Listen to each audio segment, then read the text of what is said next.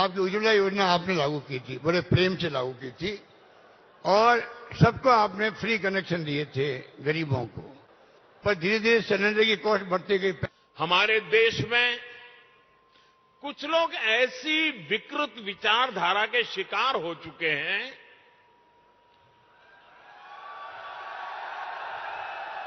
और अब मैं राजस्थान के मुख्यमंत्री श्री अशोक गहलोत जी से निवेदन करती हूं कि कृपया आप अपने विचार हम सबके समक्ष रखें। सब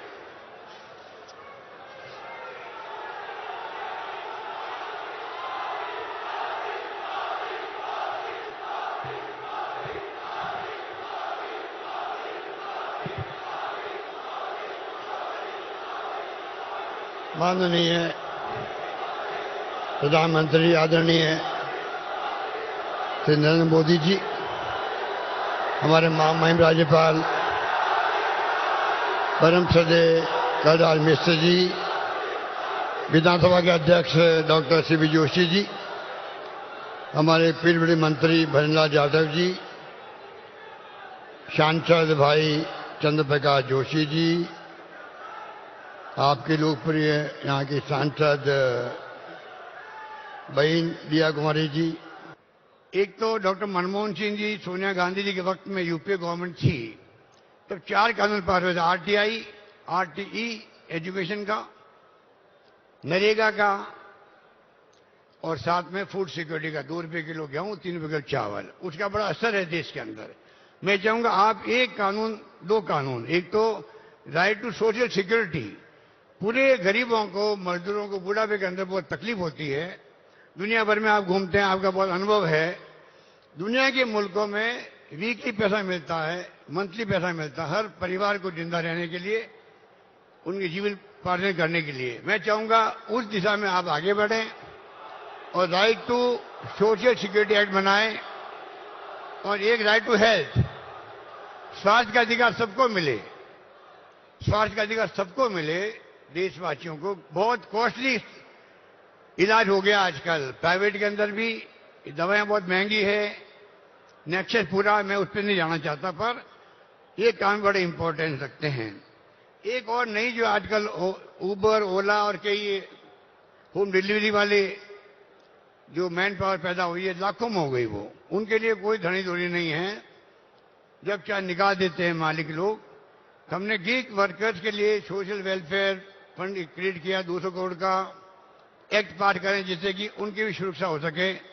एक बात मुझे ये कहनी थी आपसे, बाकी जो इतने निवेदन करूंगा, आपकी उज्ज्वला योजना आपने लागू की थी, बड़े प्रेम से लागू की थी और सबको आपने फ्री कनेक्शन दिए थे गरीबों को, बड़ा इम्पैक्ट था उसका।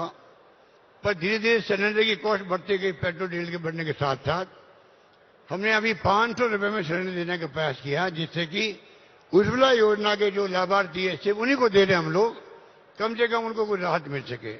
आप इस दिशा में सोच सकते हैं। इसलिए मैं आपको लंबी बात नहीं कहता हुआ, आपको मैं पुनः आपका मैं हार्दिक स्वागत करता हूं।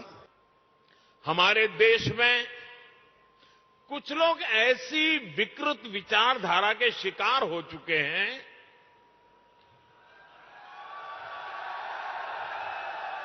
इतनी नकारात्मकता से भरे हुए हैं, देश में कुछ भी अच्छा होता हुआ वो देखना ही नहीं चाहते और उन्हें सिर्फ विवाद खड़ा करना ही अच्छा लगता है। अब आपने कुछ सुना होगा, जैसे कुछ लोग उपदेश देते हैं कि आटा पहले कि डाटा पहले, सड़क पहले कि सैटेलाइट पहले। लेकिन इतिहास गवाह है कि स्थायी विकास के लिए, तेज विकास के लिए मूल व्यवस्थाओं के साथ ही आधुनिक इंफ्रा बनाना भी जरूरी होता है।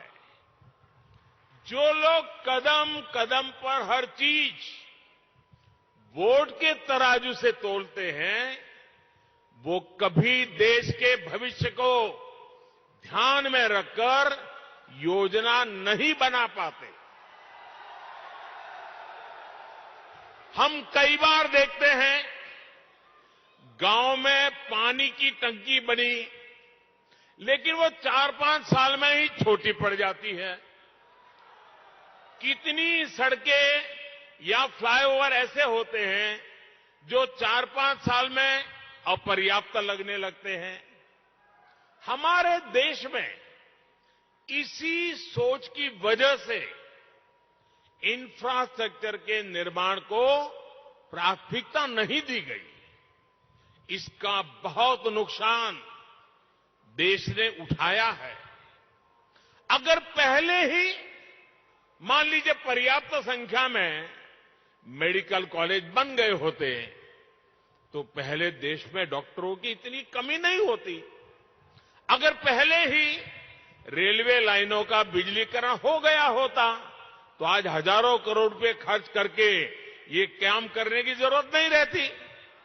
अगर पहले ही हर घर तक नल से जल आने लगता तो आज 3.5 लाख करोड़ रुपए लगाकर जल जीवन मिशन नहीं शुरू करना पड़ता। नकारात्मकता से भरे हुए लोगों में ना दूरदृष्टि होती है और ना ही वो राजनीतिक स्वार्थ से ऊपर उठकर कुछ सोच पाते हैं। आप सोचिए, अगर नाथद्वारा की जीवन रेखा कहे जाने वाले नंद समंद बांध या टाटोल बांध नहीं बने होते तो क्या होता। और हम तो राजस्थान और गुजरात के लोगों के जुबान पे लाखा बंजारा का नाम बार बार आता है। हम लाखा बंजारा की चर्चा करते हैं। पानी के लिए लाखा बंजारा ने अपना जीवन खपा दिया था।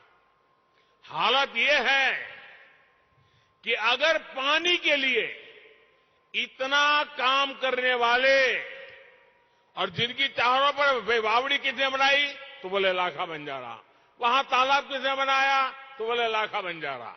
ये गुजरात में भी बोला जाता है, राजस्थान में बोला जाता है। मतलब हर एक को लगता है भाई पानी की समस्या का समाधान कोई करता था तो लाखा बंजारा करता था। लेकिन आज हालत यही है कि यही लाखा बंजारा चुनाव में खड़ा हो जाए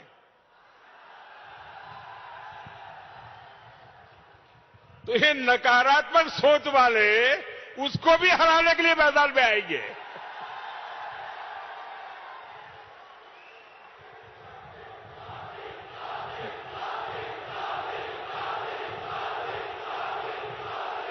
उसके लिए भी पॉलिटिकल पार्टियों का जमघट इकट्ठा करेंगे।